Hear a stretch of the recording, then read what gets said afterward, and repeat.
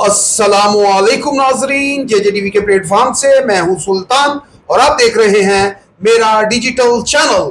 नाज़रीन, पाकिस्तान में कुछ खबरें खुशी की और कुछ खबरें परेशानी की। खुशी की खबरें पूरे पाकिस्तान के लिए और बुरी खबरें और परेशानी वाली खबरें चंद लोगों के लिए। नाज़रीन, एक तो खबर है अरशद नदीम के हवाले से जो हमारे गोल्ड मेडलिस्ट हैं, और दूसरी खबर है इंडिया के हवाले से, और तीसरी खबर इमरान खान साहब के हवाले से। नाज़रीन, इन्हीं खबरों की जानिब आगे बढ़ने से पहले हमारी रिक्वेस्ट है कि आप मेरे चैनल को लाइक कर दें, शेयर कर दें और वीडियो को ज़्यादा से ज़्यादा शेयर करें। नाज़रीन, अगर आप चाहते हैं कि हम आपके लिए बेहतर से बेहतर खबर लेकर आते रहें तो प्लीज़ आप हमारी हेल्प करें, चैनल को ज़्यादा से ज़्यादा शेयर करें, जो हमारा चैनल है उसको सब्सक्राइब करें और दोस्तों से भी इस चैनल को सब्सक्राइब करवाएं ताकि हम आपको बेहतर से बेहतर मालूमात दे सकें। नाज़रीन, सबसे पहले खुशी की खबर की तरफ जाते हैं, क्योंकि अमूमन जो है खबरें जो जब हम सुनते हैं या किसी का भी लोग सुनते हैं तो अमूमन टेंशनों से भरी भरी खबरें होती हैं। और आज की जो सबसे पहले खुशी की खबर है वो है हमारे गोल्ड मेडलिस्ट यानी कि अरशद नदीम साहब के हवाले से। और अरशद नदीम साहब जो है, जैसा कि आपको मालूम है, ओलंपिक्स में से कह लें कि पाकिस्तान के पहले ऐसे खिलाड़ी थे जो एक गोल्ड मेडल जीत के लाए थे, और उसके बाद पूरे पाकिस्तान में उनके ऊपर जो है इनामात की बारिश हो गई थी। यानी कि एक लखपति बंदा जो था वो करोड़ अरब खरबपति हो गया। और उसके बाद लोगों ने उसके साथ काफ़ी सारी सेल्फियां बनाई, काफ़ी सारी सोसाइटियों में उनको ले जाया गया, अपनी सोसाइटियों की पब्लिसिटी की, और उन लोगों ने अरशद नदीम को इनामात के हवाले से कह लें कि उनको लारा भी लगाया और झूठी तसल्लियां भी दी। मंसूर अली खान सीनियर जो सहाफ़ी हैं उनने कहा कि भाई जिस बंदे ने अरशद नदीम से वादा किया था कि हम आपको इनामात में ये देंगे वो देंगे, यानी कि जो बड़े बड़े बिजनेस टाइकून हैं जिनकी सोसाइटियां हैं, जो अरशद नदीम साहब को झूठे लारे लगाते रहे हैं। और नाज़रीन, आज की जो कहने की खुशी की खबर वो ये है कि अरशद नदीम साहब जो है जनूबी कोरिया से फिर आज कह लें कि गोल्ड मेडल जीत गए हैं। ये बड़ी खुशी की खबर है।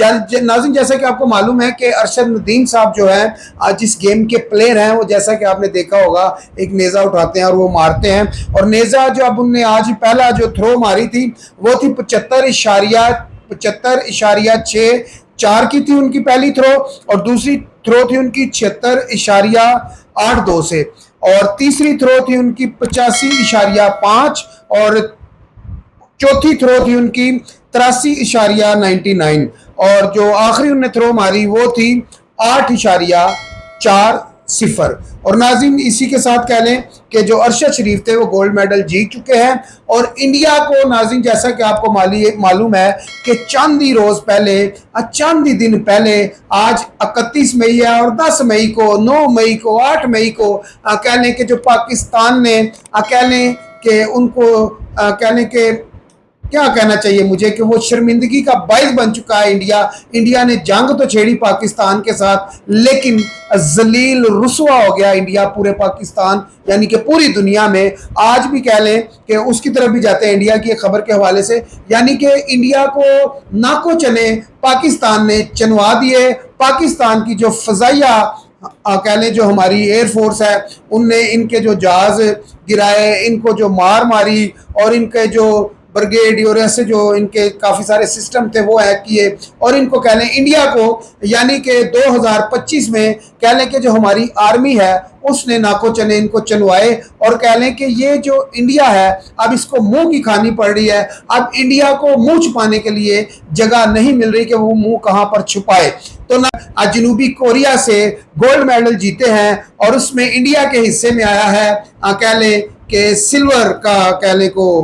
सिल्वर मेडल इंडिया ने जीता है, और गोल्ड मेडल जो है पाकिस्तान जीता है। नाज़रीन, लगता है कि 2025 जो है पाकिस्तान के लिए बहुत बड़ी खुशखबरियां और बहुत सारी खुशियां लेके आ रहा है। और पाकिस्तान जो है अभी चंद ही रोज पहले एक क्रिश्चियन लड़का स्नूकर में कह लें कि इंडिया से जीता है।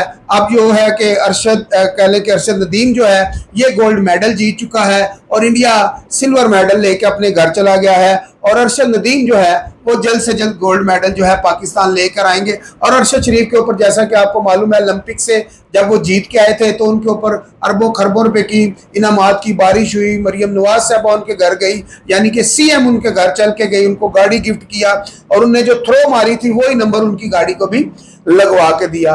तो नाज़रीन, यहाँ पर मैं आपको बता दूं कि अरशद नदीम से जिन जिन लोगों ने मजीद वादे किए हुए थे इनामात के, मंसूर अली खान कह रहा है कि भाई वो सारे इनामात जो हैं अरशद नदीम को दो, नहीं तो मैं अरशद नदीम को अपने प्रोग्राम में बुलाकर सबको नंगा कर दूंगा कि किस किस बंदे ने उस खिलाड़ी के साथ, कौम के हीरो के साथ, जो अब फख्रे पाकिस्तान बन चुका है, पाकिस्तान की आन और जान बन चुका है अरशद नदीम, नहीं तो मैं उनके सारे जो है ना कच्चे चट्टे खोल दूंगा जिन लोगों ने अरशद नदीम के साथ कह लें कि झूठ बोला और उसको इनामात से नवाजा नहीं है।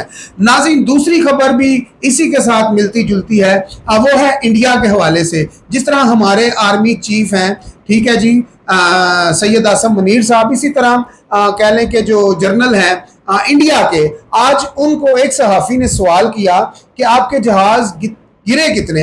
उनने कहा ये तो छोड़े गिरे कितने, पहले तो ये बताएं कि वो गिरे कैसे हैं, हम तो ये हैरान है।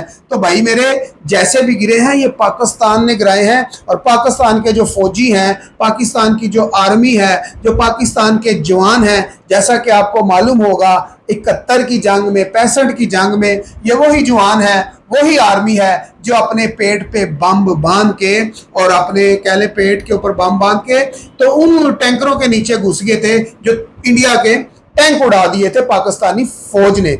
तो ये वही फौज है। नाज़रीन, आज पूरी दुनिया में अगर कह लें कि बात की जा रही है तो जो पाकिस्तानी पायलट हैं उनके बारे में बात की जा रही है और पाकिस्तानी पायलटों में एक बहुत नाम जो वायरल हो रहा है वो है कामरान मसीह। कामरान मसीह के ऊपर काफ़ी सारी वीडियो बनी, काफ़ी सारे व्लॉग हुए, काफ़ी सारे कह लें कि कामरान मसीह के घर कह लें कि मीडिया भी गया और कह लें अवानों में भी अरशद नदीम के लिए बात उठाई कि नाज़रीन, मैंने आज तक कह लें कि जो कामरान मसीह है उसके हवाले से कभी बात नहीं की, लेकिन आज मैं कामरान मसीह के हवाले से बात कर रहा हूँ कि कामरान मसीह को जब मीडिया ने इतना उठाया कि कामरान मसीह गया, इंडिया में गया, तो उसने कहा जी मैं दिल्ली भी उड़ा दूंगा, ये भी उड़ा दूंगा। फिर पूरी दुनिया कामरान मसीह के लिए दुआएं कर रही थी, खुशियां मना रही थी कि एक मसीह हीरो ऐसा उठा जिसने कह लें कि पाकिस्तान का सर जो है फख्र से बुलंद कर दिया। फिर एक ही वो बात कही, एक मंसूर अली खान ने एक व्लॉग किया कि भाई ये तो जो कह लें कि जो कामरान मसीह है ये तो कह लें कि जंग वाला वो पायलट है ही नहीं है, ये तो जंगी त्यारे का पायलट है ही नहीं है, ये तो एक कार्गो पायलट का कह लें कि एक हिस्सा है और ये तो जंगी त्यारे का पायलट ही नहीं है। तो लोगों की खुशियों पे पानी फेर दिया। लेकिन उसके बावजूद मैं आज मेरा एक सवाल है कह लें कि किसके साथ, इस हुकूमत के साथ, इस आर्मी के साथ, इस पायलट के साथ कामरान मसीह भी आज तक सामने नहीं आया। उसने ये नहीं कहा मैं था या नहीं था। आर्मी की तरफ से भी कोई अभी तक ऐसा, कोई फिजाइया की तरफ से भी कोई ऐसा बयान नहीं आया। फिर कह लें कि ये मंसूर अली खान जो सीनियर साफ़ी हैं उनने कहा कि ये वो बंदा नहीं है।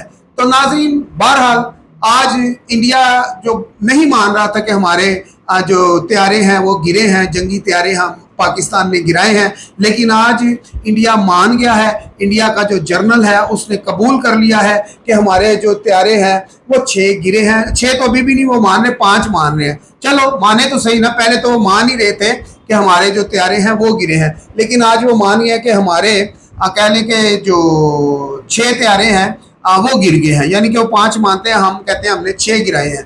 खैर, मुख्तसर बात यह है कि मने ना मने पाकिस्तान फतह पा चुका है। नाज़रीन, तीसरी खबर जो सबसे ज़रूरी, सबसे ख़तरनाक वो ये है कि इमरान खान साहब ने एहतजाज की कॉल दे दी है। अच्छा जी, ये अब कौन खबर लेके आया?